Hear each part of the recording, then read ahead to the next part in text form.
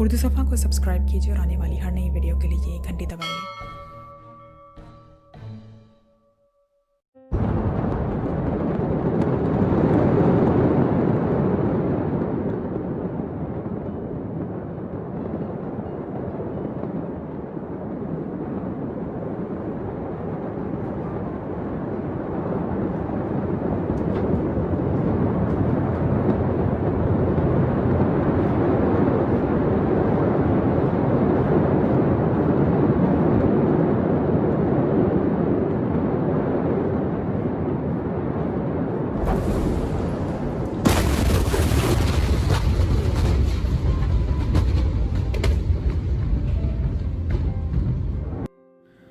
لبنان، جو باضابطہ طور پر جمہوریہ لبنان کے نام سے جانا جاتا ہے، مغربی ایشیا کا ایک ملک ہے۔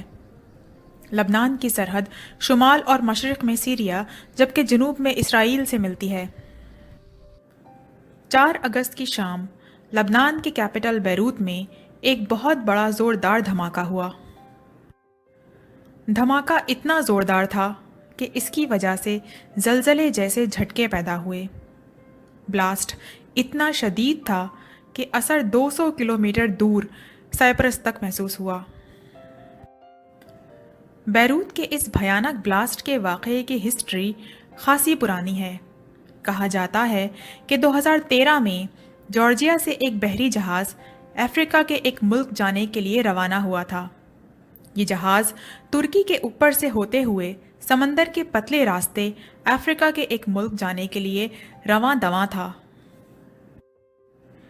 ایسا بتایا جاتا ہے کہ جارجیا سے افریقہ کے راستے میں یہ بحری جہاز لبنان کی بندرگاہ بیروت پر ایندھن بھروانے کی غرض سے رکا۔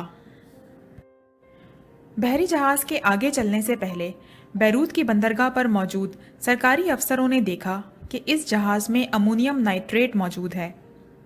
دراصل امونیم نائٹریٹ ایک دھماکہ خیز مواد ہے جس کی وجہ سے بندرگاہ سے ایسا کوئی بھی سامان بنا کسی پروف یا کاغذی کارروائی کے آگے نہیں جا سکتا۔ 2013 میں امونیم نائٹریٹ سے بھرا جہاز بیروت کی بندرگاہ پر ہونے والی جانچ پڑتال کے بعد قانونی کاغذات نہ ہونے کی وجہ سے سرحد پار نہ کر سکا۔ 2013 سے یہ معاملہ 2015 تک چلا اور جب قانونی کاغذات پورے نہ ہوئے تو بیروت کی سرحد پر موجود سرکاری افسروں نے امونیم نائٹریٹ ضبط کر لیا اور بیروت کی بندرگاہ پر موجود ایک ویئر ہاؤس میں رکھ دیا۔ جیسا کہ کئی ممالک میں دیکھا جاتا ہے کہ اکثر غیر قانونی گاڑیاں کاغذات نہ ہونے کی وجہ سے ضبط کر لی جاتی ہیں اور وہ گاڑیاں کئی دن، مہینے اور سال یوں ہی پڑی سڑتی رہتی ہیں۔ بالکل ویسے ہی یہ دھماکہ خیز مواد امونیم نائٹریٹ بھی کئی سال سے یعنی 2015 سے 2020 تک بیروت کے ویئر ہاؤس میں پڑا تھا۔ اس بحری جہاز میں تقریباً 2750 ٹن امونیم نائٹریٹ موجود تھا جو کہ یقیناً ایک بے حد بھاری مقدار ہے۔ امونیم نائٹریٹ کا استعمال 2 طریقوں سے کیا جاتا ہے۔ پہلا طریقہ جہاں یہ کھاد کے طور پر استعمال کیا جاتا ہے کیونکہ امونیم نائٹریٹ کھیت اور فصلوں کو نائٹروجن پرووائڈ کرتا ہے جو فصلوں کے بڑھنے کے لیے بہت ضروری ہے۔ دوسرے طریقے میں امونیم نائٹریٹ کو کوئلے کی کانوں میں دھماکہ خیز مواد کے طور پر استعمال کیا جاتا ہے تاکہ دھماکے کے بعد کوئلہ نکالا جا سکے۔ چونکہ امونیم نائٹریٹ ایک بہت تیز دھماکہ خیز مواد ہے، اسی لیے اسے رکھنے کے لیے کچھ رولز یا قانون ہیں، جیسے نمبر 1، جہاں اسے رکھا جائے گا وہاں کوئی پانی کی رسائی نہیں ہونی چاہیے۔ نمبر 2، وہ ایریا، گودام یا ویئر ہاؤس پوری طرح فائر پروف ہونا چاہیے۔ نمبر 3، فائر ایکسٹنگشر یا آگ بجھانے کے تمام آلات وہاں موجود ہونے چاہیے۔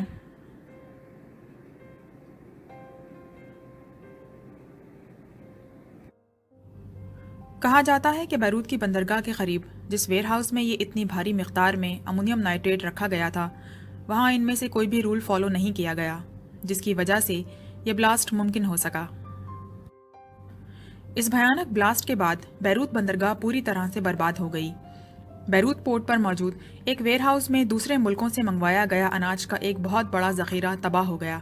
اس حادثے کے بعد بیروت بندرگاہ کی پوری شکل بگڑ گئی۔ بتایا گیا ہے کہ 200 کلومیٹر دور ایک شہر سائپرس تک میں اس دھماکے کی آواز سنی گئی۔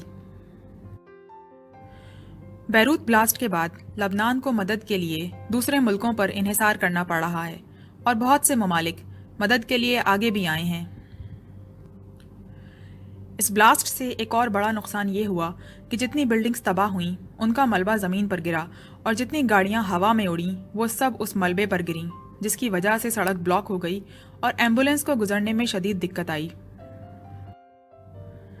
اس لیے کہا جاتا ہے کہ جو ریسکیو کا کام تھا وہ پیدل مسافروں نے ہی کیا اور حادثے میں زخمی لوگوں کو بائکس پر بٹھا کر ایک جگہ سے دوسری جگہ منتقل کیا گیا۔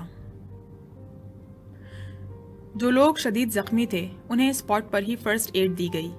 آج کی تاریخ تک یعنی 14 اگست 2020 تک بیروت بلاسٹ میں مرنے والوں کی تعداد 200 ہو چکی ہے اور 4000 سے زیادہ لوگ زخمی ہیں۔ امونیم نائٹریٹ ایک دھماکہ خیز مواد ہے اور بیروت اس کا پہلا شکار نہیں۔ اس سے پہلے بھی کئی ملکوں میں امونیم نائٹریٹ بلاسٹس ہو چکے ہیں، جیسے کہ امریکہ اور فرانس۔ زیادہ تر یہ بلاسٹ امونیم نائٹریٹ کے اپنے کارخانوں میں ہوئے ہیں، لیکن بیروت میں ہونے والا یہ بلاسٹ امونیم نائٹریٹ بلاسٹ کی ہسٹری کا سب سے بھیانک بلاسٹ ہے، جو کہ امونیم نائٹریٹ کو ایک ایسے ویئر ہاؤس میں رکھنے کی وجہ سے ہوا جو اس کے لیے بنایا ہی نہیں گیا تھا۔ کیونکہ سب کو پتا ہے کہ امونیم نائٹریٹ کھاد بنانے کے کام آتا ہے، لیکن یہ ایک زبردست بارود بھی ہے۔ لبنان کے لوگوں کا کہنا ہے کہ انہوں نے ایسا منظر پہلے کبھی نہیں دیکھا۔ یہ بلاسٹ کیسے ہوا؟ بیروت بندرگاہ پر 4 اگست 2020 کی شام کو ٹھیک 6 بجے ایک گودام میں آگ لگ گئی۔ یہ آگ کیسے لگی کسی کو نہیں پتا۔ اس گودام یا ویئر ہاؤس میں پٹاخے رکھے تھے۔ ان پٹاخوں نے آگ پکڑ لی اور گودام سے دھوئیں کا غبار اٹھا۔